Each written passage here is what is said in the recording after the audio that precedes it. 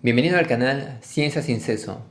Hoy vas a escuchar el capítulo 4 del origen de la vida de Alexander Oparin. Comenzamos. Capítulo 4. El origen de las primitivas formaciones coloidales.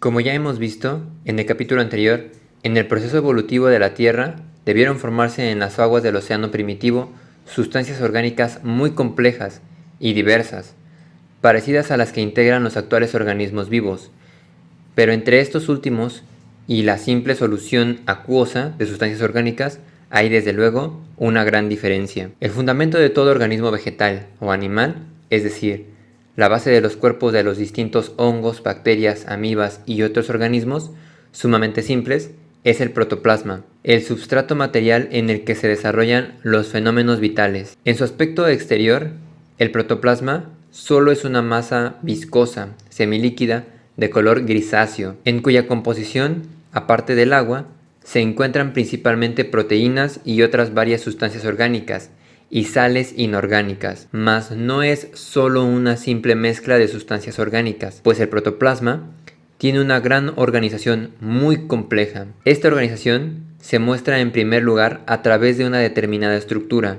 en cierta contribución especial, recíproca, de las partículas que constituyen las sustancias orgánicas, en cierta distribución espacial recíproca de las sustancias que constituyen las sustancias del protoplasma, y en segundo lugar, en una determinada armonía, con cierto orden y con determinada regularidad de los procesos físicos y químicos que se efectúan en él. Por tanto, la materia viva está representada en nuestros días por organismos, por sistemas individuales, que tienen cierta forma, y una sutil estructura interior u organización. Nada parecido pudo existir, como es lógico, en las aguas de este océano primitivo, cuya historia hemos examinado en el capítulo anterior. El estudio de distintas soluciones, entre ellas las de las sustancias orgánicas, demuestran que en ellas las diversas partículas están repartidas de una manera más o menos regular por todo el volumen del disolvente, encontrándose en constante y desordenado movimiento.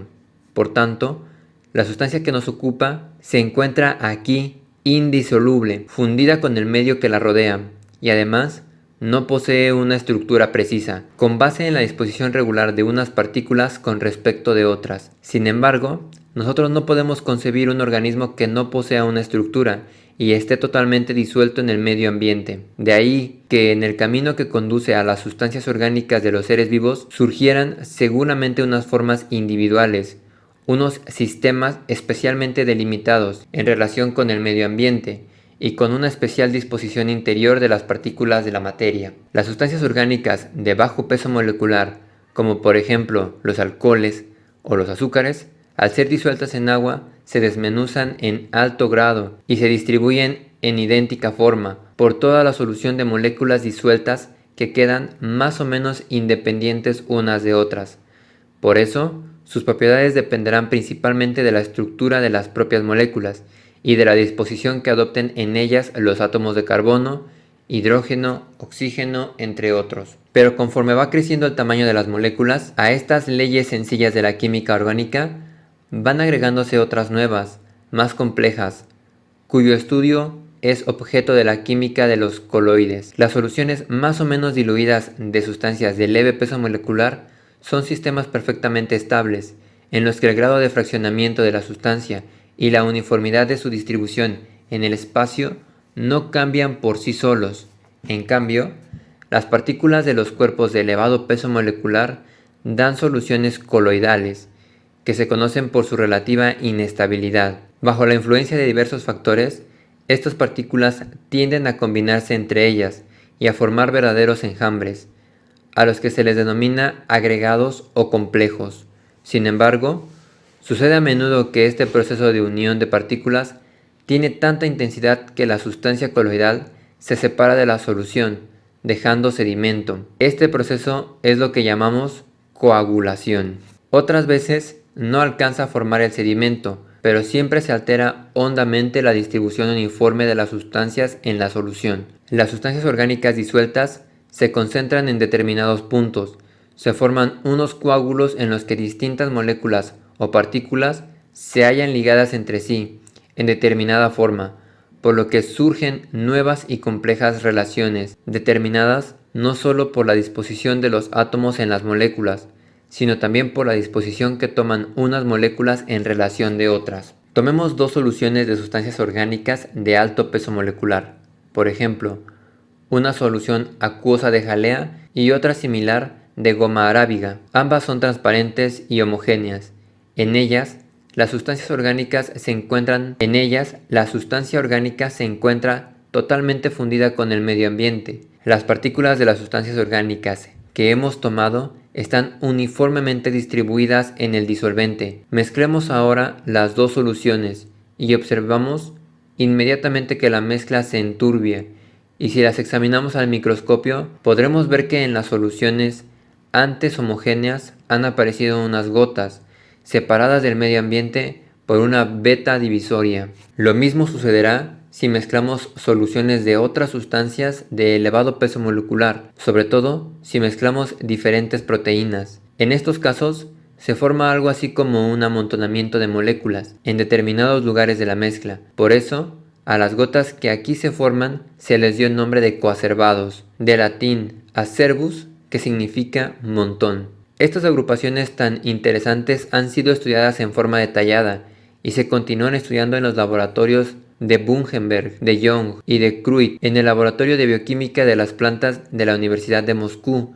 y en varios otros. Al someter un análisis químico, los coacervados y el líquido que los rodea, se puede ver que toda la sustancia coloidal, por ejemplo, toda la gelatina y toda la goma arábiga, en el caso que acabamos de citar, se ha concentrado en coacervados y que en el medio circundante casi no quedan moléculas de esta sustancia. A su alrededor solamente hay agua casi pura, pero dentro de los coacervados las sustancias aludidas se encuentran tan concentradas que más parece tratarse de una solución de agua de gelatina y goma arábiga y no al revés. A ello se debe la propiedad tan característica de los coacervados, de que sus gotas, a pesar de ser líquidas y estar impregnadas de agua, jamás se mezclan con la solución acuosa que los circunda.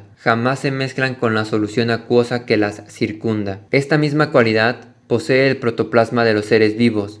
Si partimos una célula vegetal y extraemos en agua su protoplasma, observamos que a pesar de su consistencia líquida, no se mezcla con el agua circundante, sino que flota en ella, formando bolitas muy delimitadas y aparte de la solución. Este parecido entre los coacervados artificiales y el protoplasma no es simplemente algo externo. La conclusión de los trabajos realizados en estos últimos años es que el protoplasma se encuentra efectivamente en estado coacervático, aclarando que la estructura del protoplasma es, por supuesto, mucho más complicada que la de los demás coacervados artificiales, porque entre muchos otros motivos, en el protoplasma no se encuentran presentes dos sustancias coloidales, como en el ejemplo anteriormente citado, sino muchas más. A pesar de esto, varias propiedades físicas y químicas del protoplasma, como son su capacidad de formar vacuolas, su ambición, permeabilidad, entre otras, solamente se pueden comprender estudiando los coacervados.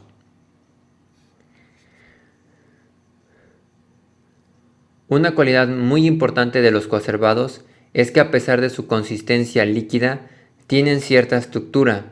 Las moléculas y las partículas coloidales que los estructuran no se encuentran distribuidos en ellos al azar, sino colocadas entre sí en determinada forma espacial. En algunos coacervados se logra ver al microscopio algunas estructuras, pero estas son muy inestables y solo duran lo que las fuerzas que han determinado esa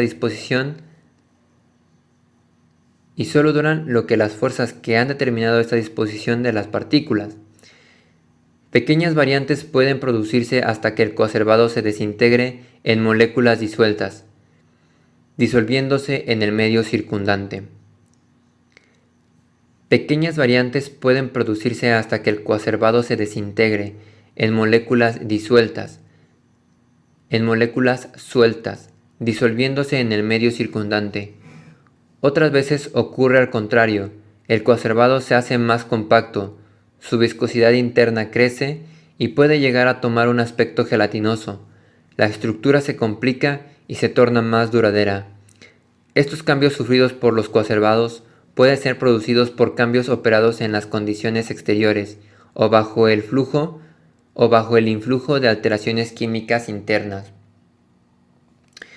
Tenemos entonces que los coacervados presentan determinada forma rudimentaria de organización de la materia, aunque esta organización es todavía muy primitiva y totalmente inestable. A pesar de esto, dicha organización ya permite precisar numerosas propiedades de los coacervados. En estos destaca sobre todo su capacidad de absorber diferentes sustancias que se hallan en la solución. Se puede demostrar de forma muy fácil esta propiedad si agregamos distintos colorantes al líquido que rodea a los coacervados, porque veremos al momento cómo la sustancia colorante pasa rápidamente de la solución a la gota del coacervado. Muchas veces este fenómeno se complica con una serie de transformaciones químicas que se producen dentro del coacervado. Las partículas absorbidas por el coacervado reaccionan químicamente con las mismas sustancias del propio coacervado, y a causa de esto, las gotas del coacervado a veces aumentan de volumen y crecen a expensas de las sustancias absorbidas por el líquido circundante. En esas condiciones, no solamente se produce un aumento de volumen y de peso de la gota, sino que también cambia considerablemente su composición química. Por tanto, notamos que en los coacervados se pueden producir determinados procesos químicos. Es de vital importancia el hecho de que el carácter y la rapidez de estos procesos dependan en gran medida de la estructura físico-química de dicho coacervado, para que puedan ser de distinta naturaleza en los diversos coacervados. Luego de haber visto las propiedades de los coacervados, retrocedamos ahora a los cuerpos de elevado peso molecular, que ya se formaron en la primitiva capa acuosa de la Tierra. Pues bien, como ya dijimos, las moléculas de estos cuerpos, a semejanza de las moléculas de las proteínas actuales, poseían en su superficie varias cadenas laterales, dotadas de diferente función química, debido a lo cual, a medida que iban creciendo y haciéndose más complejas, las proteínas primitivas debieron aparecer ineludiblemente nuevas relaciones entre las diversas moléculas.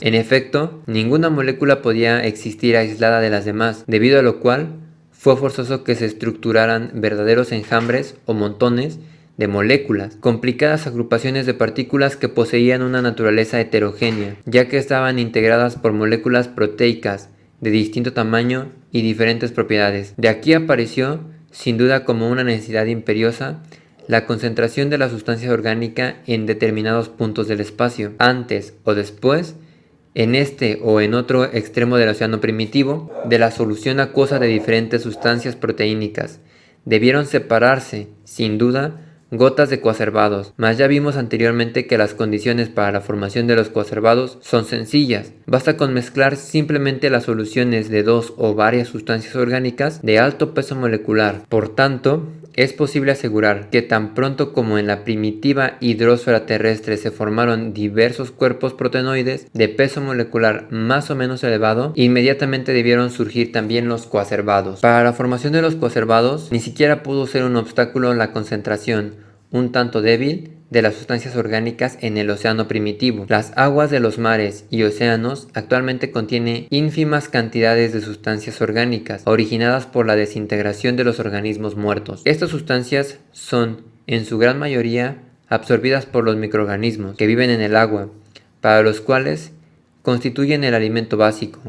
Pero hay casos, no muy frecuentes, en las profundidades de los abismos del mar, en que las sustancias orgánicas pueden liberarse de ser atacadas por los microbios y seguir intactas durante un plazo relativamente corto. Los datos obtenidos mediante el estudio de los fondos abisales fangosos señalan que en esas condiciones las sustancias orgánicas disueltas crean sedimentos gelatinosos, cuando el agua solo contiene vestigios de sustancias orgánicas de elevado peso molecular y los coacervados complejos se separan. Este mismo fenómeno puede observarse con frecuencia en condiciones creadas artificialmente, en el cual la acción de los microorganismos queda excluida. De este modo, la mezcla de diversos coloides y, en primer lugar, la mezcla de cuerpos protenoides primitivos en las aguas de la Tierra debió originar la formación de coacervados, etapa importantísima en la formación de la sustancia orgánica primitiva, y en el proceso que originó la vida. Hasta ese instante, la sustancia orgánica había estado totalmente adherida al medio circundante, distribuida de una manera uniforme en toda la masa del disolvente. Al formarse los coacervados, las moléculas de la sustancia orgánica se unieron en determinados puntos del espacio y se aislaron del medio circundante por una separación más o menos clara. Cada coacervado tomó cierta individualidad, en contraposición, por así decirlo, al mundo exterior circundante. Solamente esa separación de los coacervados pudo crear la unidad dialéctica entre el organismo y el medio, factor fundamental en el proceso de origen y desarrollo de la vida de la Tierra. Igualmente, con el surgimiento de los coacervados, la materia orgánica tomó determinada estructura, pero antes, en las soluciones, no había más que un conglomerado de partículas que se movían desordenadamente, mientras que en los coacervados, estas partículas están colocadas unas con respecto a otras en un orden preciso. En consecuencia, aquí ya aparecen rudimentos de determinada organización, aunque realmente muy elementales. El resultado de esto fue que a las simples relaciones organoquímicas se agregan las nuevas leyes de la química coloidal. Estas leyes también rigen para el protoplasma vivo de los organismos actuales. De ahí que podamos situar cierta analogía entre las propiedades físico-químicas del protoplasma y nuestros coacervados. En efecto, ¿podemos afirmar, basándonos en esto, que los coacervados sean seres vivos? Por supuesto que no. Y el problema no se basa únicamente en la complejidad de la composición del protoplasma y en lo delicado de su estructura, en los coacervados obtenidos artificialmente por nosotros o en aquellas gotas que aparecieron por vía natural, al desprenderse de la solución de sustancias orgánicas en el océano primitivo de la Tierra. No reinaba esa armonía estructural, esa adaptación de la estructura interna al cumplimiento de determinadas funciones vitales, en condiciones concretas de existencia, tan propia del protoplasma de todos los organismos vivos sin excepción. Dicha adaptación a las condiciones del medio ambiente de ninguna manera podía ser resultado de simples leyes físicas o químicas. De igual modo, bastan para explicarla las leyes de la química coloidal. De ahí que al originarse los seres vivos primitivos, sin duda surgieron del proceso evolutivo de la materia, nuevas leyes que poseían ya un carácter biológico.